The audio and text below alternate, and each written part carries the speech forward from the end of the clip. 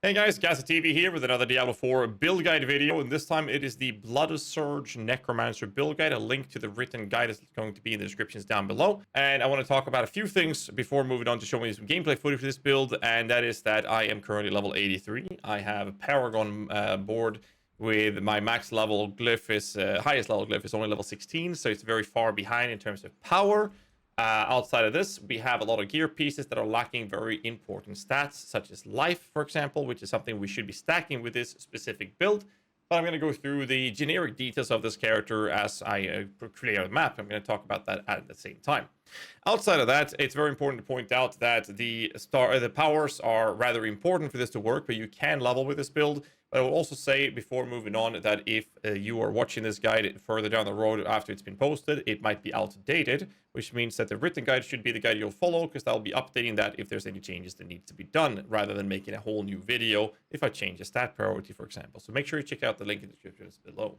So we're starting off with our helmet, in which I'm using a disobedience. This allows us to stack up a lot of armor. Having a source of thorns, such as using a shield rather than a offhand focus that I have, would help with this to ramp up that disobedience for the higher tier nightmare dungeons. In here, you're looking at obviously life, total armor. You can have rank of decrepify. Even stats would be good at this, but life and armor are the two major stats for this build. Life's going to be the name of the game in every piece that can fit the life roll. Chest piece, just fill it up with life as well, with one life roll, and just completely focus on damage reduction modifiers. It does help a lot if you have one or two modifiers of control impaired duration reduction, because the biggest nemesis for this type of build is actually having enemies that freezes you. Having a barrier helps prevent this, which is why it's important that we use our unique temerity, because our overhealing will then generate a barrier, which will also use other mechanics around. Gloves wise, obviously levels of blood surge, overpower damage. I have very poorly optimized gear in this character that you're going to watch, because I have went from one build to another. This has a lot of lucky hit and critical strike chance, crit damage, which is completely irrelevant for this build to be used. But you'll see some orange numbers. An orange number in game is displaying a overpower that did crit, so you'll see that quite a few times. That is not something we're going to be focusing on. But again, just focus on those stats. With stats, it will help a lot as well. Temerity is a unique legs. You could use a generic piece of legs for better damage reduction, obviously, instead of a unique one. I liked using Temerity in the higher end game to get a free source of generating barrier. If you don't use this, you'll have to find a way to work more with your Bone Spirit and use Shielding Storm to generate barrier instead. That is the backup solution till you get Temerity. I'm using Eluding on the Bone Weave instead of attack speed. Sorry, instead of movement speed. And in here we have double movement speed modifiers. It's going to be the name of the game in most Necromancer builds, because we're going to be in a position where movement speed on Necromancer is kind of limited in most builds, not all.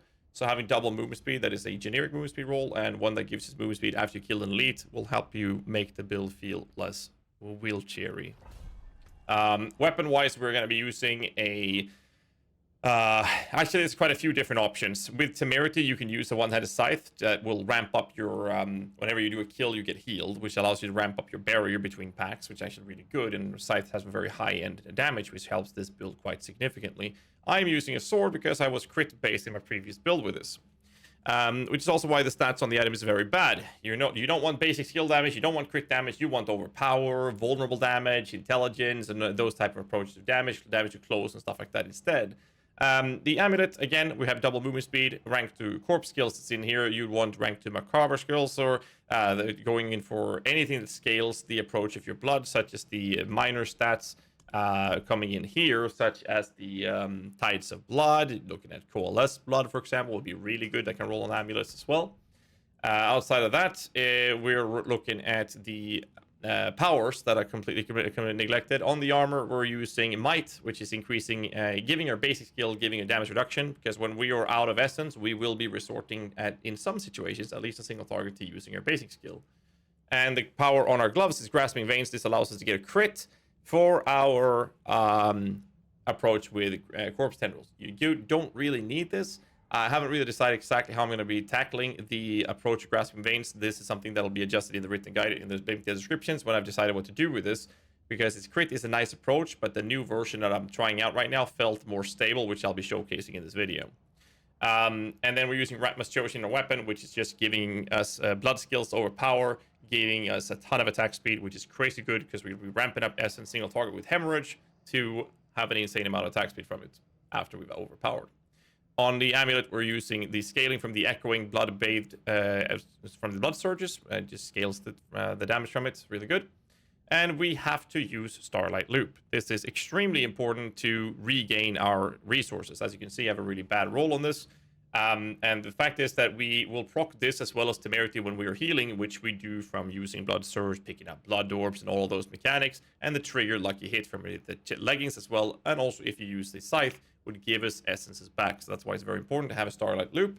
If you don't have access to this, there's a couple of other things, such as the Umbral, which plays very well in hand for resource regain from Corpse Tendrils. But in general, that you can use an Umbral till you get access to Starlight. And on the ring, we want life, which I don't have. You don't want physical damage or crit damage or critical strike chance, completely irrelevant.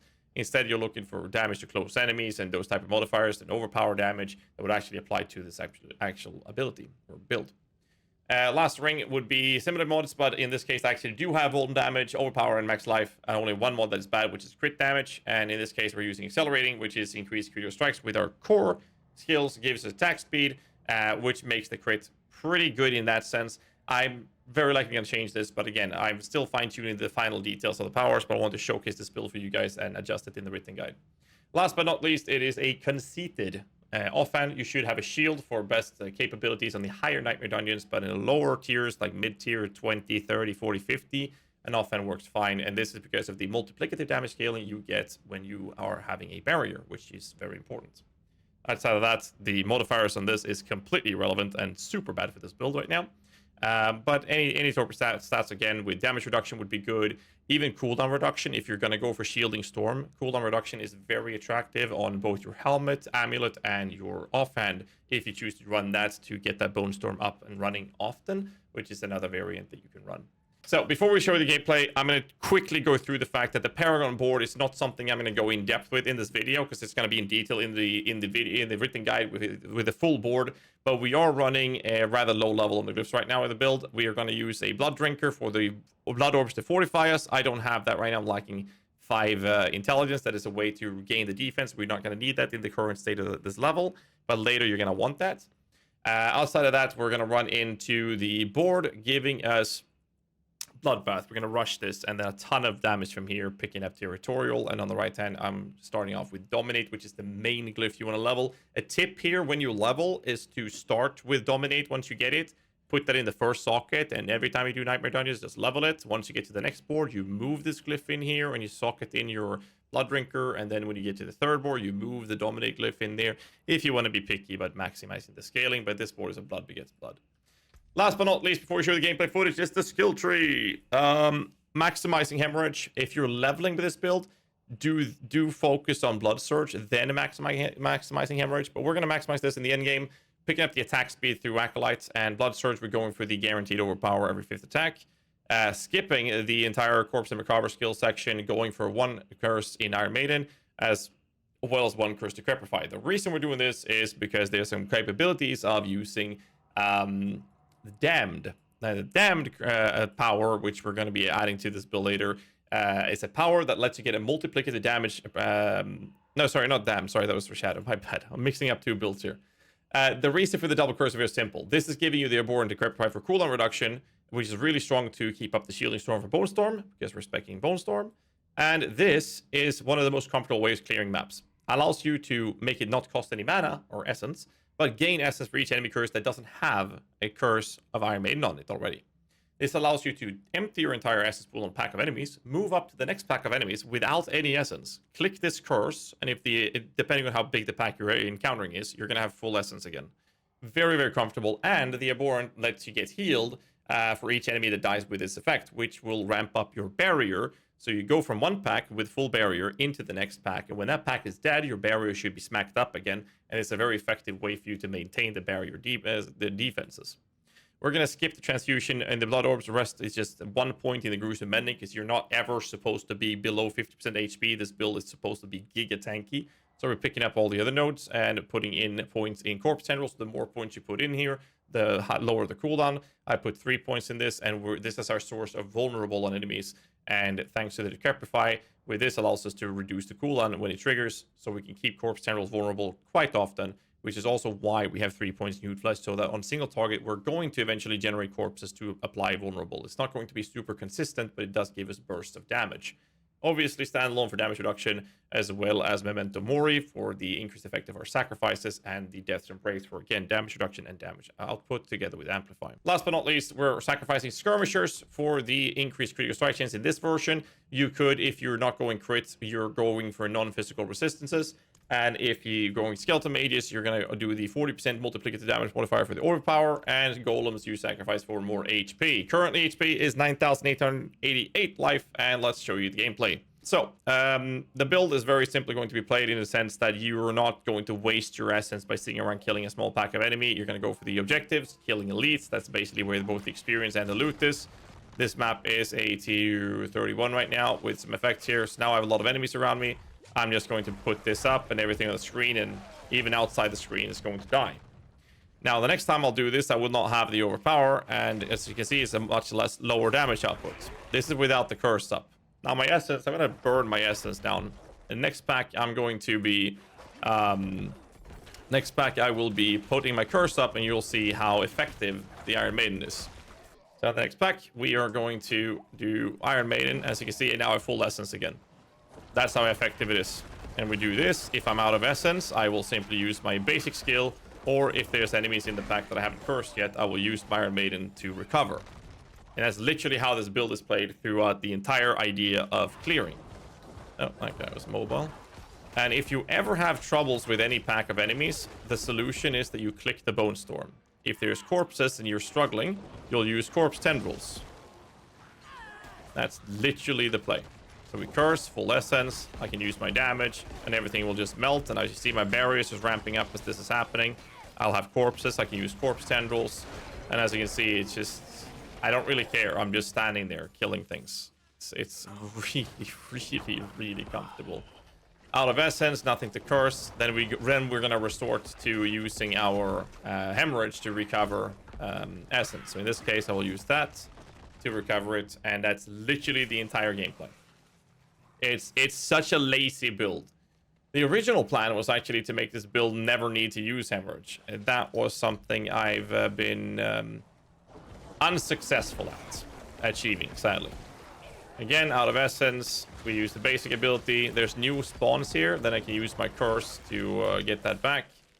And we keep going. Basic skill. All right, stunned again. Chilling Wind. We can do this. I can use a corpse tendril. He'll get stunned. Vulnerable, burst the damage down. It's not enough. We'll use the basic shield to pull it off and then keep doing it with a right click. Again, very, very straightforward packs clearing here. So I have no essence in this case. I'm going to look for a big pack of enemies to stop the kill. And at that point, I will use my curse, such as this one here. I'm not going to use the shrine. And as you can see, I have full essence, and I can just go ham on killing enemies from there by just cursing them through Iron Maiden.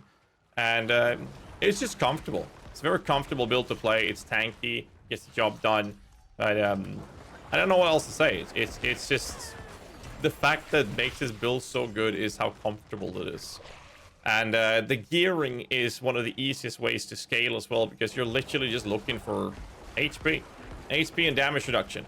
Because your damage comes from a defensive stat as well, which is a very comfortable way to play. We curse for essence and then blow this. So when you're clearing, you don't really have to worry too much about running out of essence between packs. If this happens, like killing these is not worth it because I have to use hemorrhage. It's about understanding the flow of the build so you can keep it up, basically. So when it comes to the single target boss fight, which we're about to engage with, the play will be very simple. We're going to be spamming out our blood surge after we cursed, but I'm going to wait with Iron Maiden because I get a little bit of essence from that. So I'm going to curse to Decapify. I'm going to burst out with my blood surge. And after that, I will start off with Bone Storm because it gives me crit chance as well. Once this is over, I will curse with Iron Maiden. If I can cast a Blood Surge, I will. Otherwise, I will spam Hemorrhage to get some essence back. And then I will use a Corpse Tendril as soon as any sort of corpses have spawned in the fight. And that's literally the idea of how I'm going to apply my damage output. A tip as well, if you feel comfortable, is that you never want to be on lower than max HP, because every heal you do want to build up barrier, which the conceited power is giving you multiplicative damage for.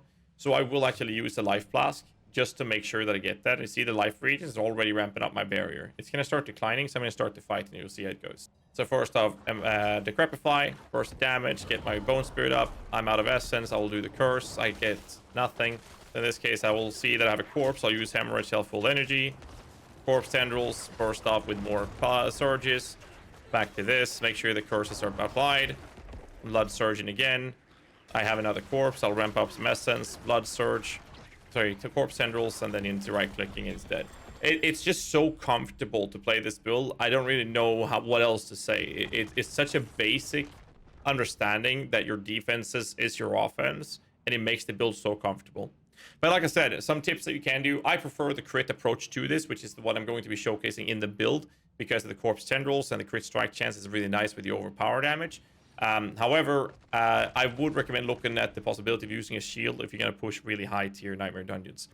Again, look at the descriptions below for a link to the actual build guide, which might get changed based on what you just saw, but the video showcases at least the gameplay footage of the build, and I'll catch you guys in the next video. And if you enjoyed this video, make sure you hit the like button, subscribe for more content, and I'll catch you guys then.